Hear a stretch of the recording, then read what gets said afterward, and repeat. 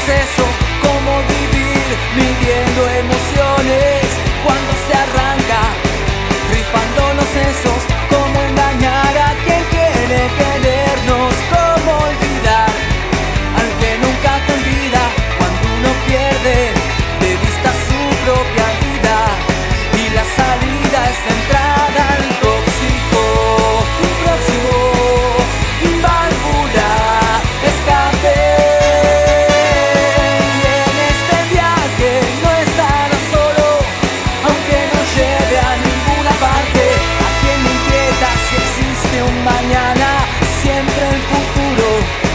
devora el presente,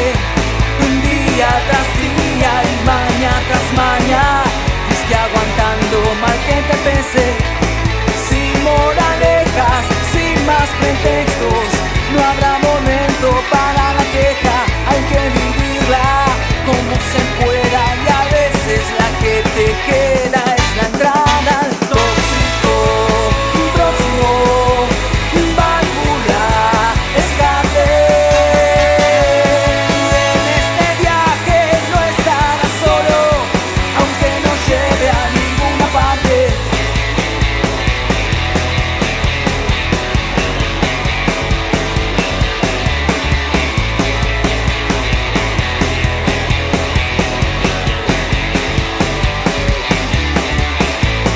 Sin moralejas, sin más pretextos, no habrá momento para la queja, hay que vivirla